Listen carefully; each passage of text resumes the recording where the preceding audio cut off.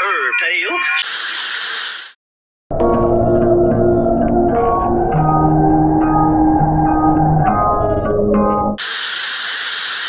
Men, we're glad you wore gun too late. Otherwise, you'd never get the chance.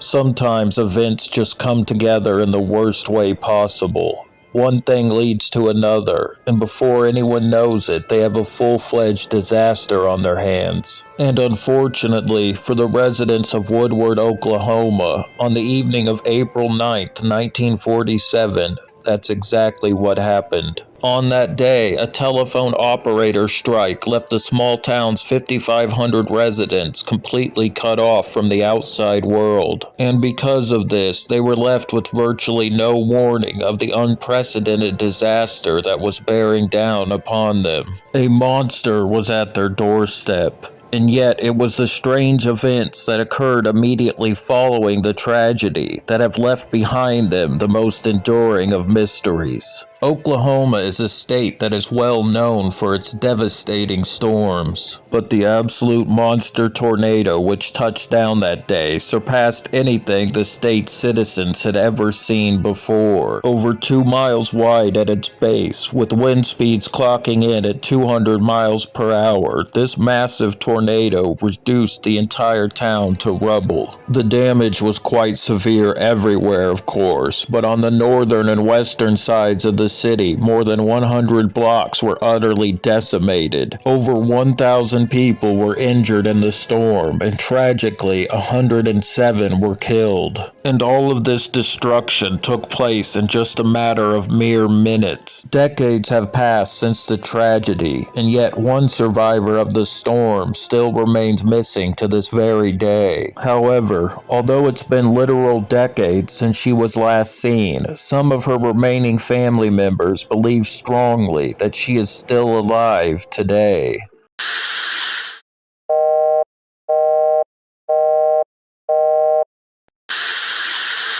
Make sure your child doesn't start November the 6th like this.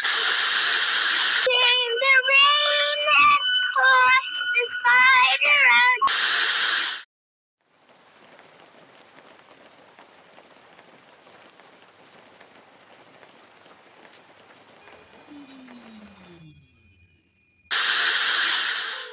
Joan Gay Croft grew up in one of Woodward's most prominent families. Her father, Hutchinson Olin Croft, was a successful sheep farmer. His young wife, Cleta, was a telephone operator, and she had an 8-year-old daughter from a previous relationship, Geraldine. Joan rounded out the small, happy family perfectly. Joan was a very bashful young girl. If someone asked her name, she was often too shy to even answer. She would hide whenever someone who wasn't an immediate family member would come into the home to visit, and she was later described as a mama's girl by her Aunt Ruth. The morning of April 9th, 1947 dawned quite ominously, with the sky being tinted a reddish hue, as though the devil himself was striding up amongst the clouds. The air was thick and muggy, almost oppressive with its wet heat. That afternoon, as Aunt Ruth was visiting with her sister, the weather suddenly took a turn for the worse. Overhead, the sky grew dark and threatening. As she looked around, Ruth noticed that everything had grown still and silent. This struck her as being very odd, since only mere minutes before, the wind had been blowing and the birds had been chirping in the trees. By 8:40 p.m. that night, when Ruth arrived back at her own home, the monster tornado had already struck the town. Soon, flying debris was pelting the sides of Ruth's house. The ferocious winds destroyed everything in their path. Luckily, however, Ruth survived the ordeal relatively unscathed. And so, when all finally seemed to grow calm, Ruth ventured out into the reeling small town in search of her family members.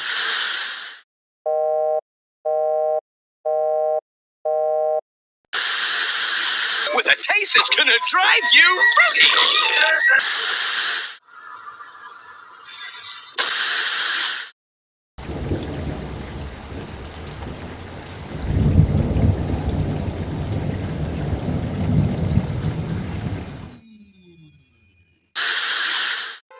Unfortunately, Ruth was unable to find her mother or brother, and she hadn't heard from Olin and his family either. Ruth would later recall stepping over the bodies of the victims lying sprawled out on the hospital lawn as she made her way inside, hoping that she would find her family safe within. Horrifically, some of the victims' entire skulls had literally been sheared off. Ruth later described it as looking as though a bomb had been dropped upon the city. After speaking to a nurse at the hospital, one Bess Irwin, Ruth was informed that her young nieces, Joan Gay and Jerry, had miraculously survived the F5 tornado. Around 9:30 p.m., the girls' neighbor had found them out on the street and had promptly driven them to the nearest hospital himself. And because the two weren't seriously injured, they were placed on cots in the basement so that more critically wounded victims could be treated. Although the young girl's survival was indeed a miracle, tragically the Croft home had been completely destroyed, injuring Olin in the process, and sadly Cleta had been killed in the storm.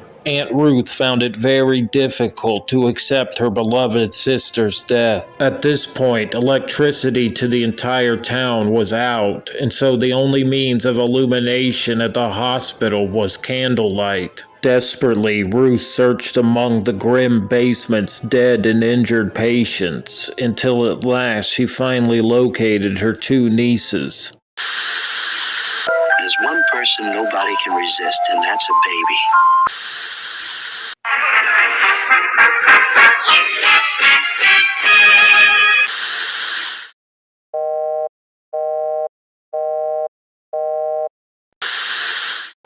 Joan Gay's left knee had been completely pierced through by a 10-inch long splinter of wood. The young girl also suffered from abrasions to her face, as well as a possible head injury.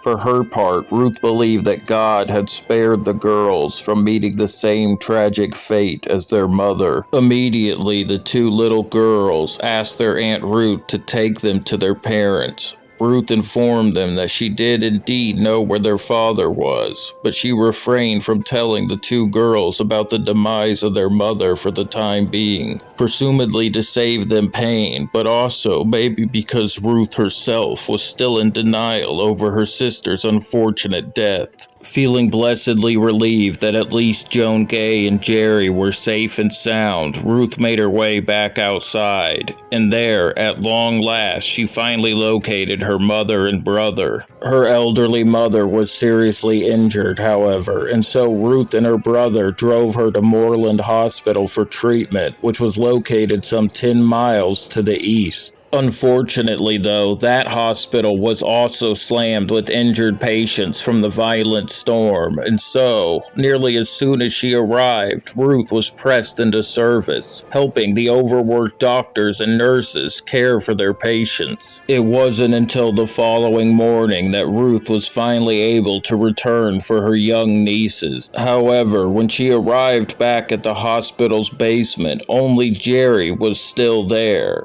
When she inquired as to the whereabouts of Joan Gay, Jerry informed her aunt that around midnight the previous evening, two men whom she did not recognize had picked up the smaller girl and carried her away. Joan screamed and fought the men, pleading that she did not want to leave her older sister. One of the two men told the distressed little girl not to worry and that they'd come back for Jerry later. Bizarrely, the two men were dressed in what was described as khaki army uniforms. When they'd first arrived, the two men questioned a tired and overworked staff member, asking specifically for Joan by name, and unfortunately that staff member pointed out the little girl. The men didn't seem at all interested in anyone other than Joan. Upon seeing all the commotion, though, the hospital staff realized what was happening and attempted to intervene, but as they did, the men remained very calm and composed,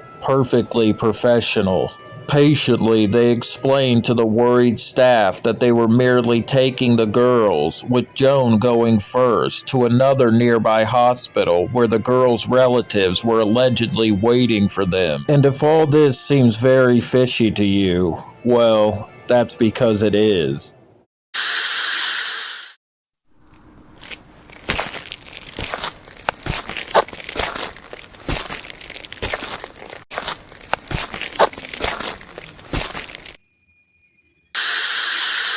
Awake, my son. What's under your bed? What's in your closet? Who is in your unknown? And he won't see much of the fireworks this year because last year a firework was thrown and blew up in his face. Unbelievably, these two strange men were allowed to leave the hospital premises with the frightened little girl. And if that sets your blood to boiling, then you're not the only one. Needless to say, no one ever returned for Jerry, and the mysterious two men in the army uniforms were never seen again. Once her Aunt Ruth had learned that the little girl was missing and had most likely been abducted, a major manhunt was launched to find her. Sadly, however, this effort turned up practically nothing at all. Ruth suffered quite the scare when she was asked to come to the coroner's office and help identify the body of a young girl who they believed could be Joan, but luckily it was not her missing niece. Joan was reported as missing to every law enforcement agency in the land, including the FBI. However, despite the combined might and resources of all these different departments, almost no trace of the girl has ever been found. In June of 1947, the body of a young girl was found beaten to death in a field in California. Initially, the police suspected that this was Joan Gay, as the physical description seemed to match, but 10 days later, the body was officially identified as that of 3-year-old Mary Jane Medlin. And just like that, Ruth and the family were right back at square one. Even as Olin continued to recover, he still searched for his missing daughter. Tirelessly, he spent months going to town after town and posting up missing flyers of Joan. However, in the year 1948, Olin remarried and moved away to San Antonio, Texas. Olin and his new wife would eventually go on to have 2 more daughters.